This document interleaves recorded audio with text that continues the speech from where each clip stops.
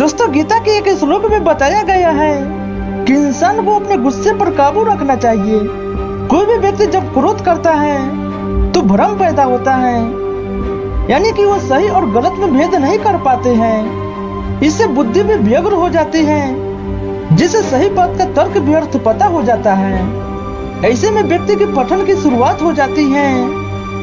महाभारत युद्ध के दौरान भगवान श्री कृष्ण ने अर्जुन को गीता का पाठ पढ़ाए थे, जिसमें जीवन का संपूर्ण सार छिपा हुआ है। गीता के इन्हीं उपदेश के कारण अर्जुन अपने लक्ष्य को पूरा करने की तरफ बढ़ पाए थे।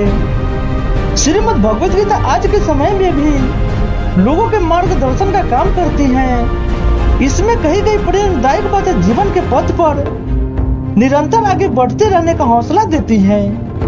दोस्तों, कहा जाता है कि गीता के उपदेशों को यदि अपने जीवन में उतार लिया जाए तो आपको सफल होने से कोई रोक नहीं सकता है। गीता में श्री कृष्ण कहे थे कि मनुष्य के ज्ञान और कर्म दोनों एक समान रूप से देखना चाहिए।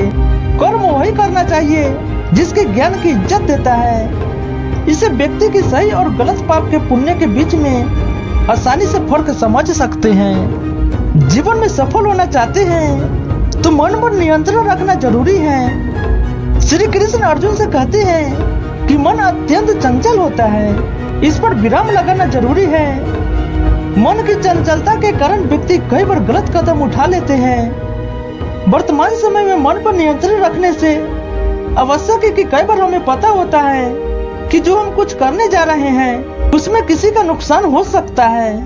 ये भी हो सकता है कि यह हमारे लिए नुकसानदायक साबित हो, लेकिन यदि मन की खुशी के लिए हम जाने अनजाने में भी गलत काम कर बैठते हैं, इस स्थिति में मन की हमारा सबसे बड़ा दुश्मन बन जाती है। श्री कृष्ण अर्जुन को बताए थे कि गुरु के अलावा इंसान को अपने अनुभवों से भी सीख लेनी चाहिए, तभी लक्ष्य तक सुगमता से पहचान जा सकता है। श्री कृष्ण ने अर्जुन को बताए थे कि गुरु के अलावा इंसान को अपने अनुभवों को भी सीख लेनी चाहिए, तभी लक्ष्य तक सुगमता से पहुंचा जा सकता है।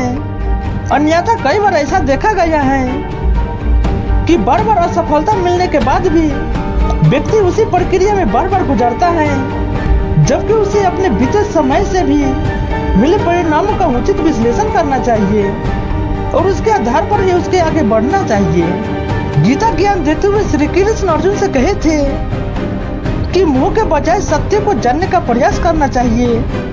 शरीर तो एक दिन नष्ट हो जाएगा, तो इसका मोह त्याग दे और समाज और धर्म की स्थापना के लिए जो बेहतर हो उसे करने का प्रयास करें।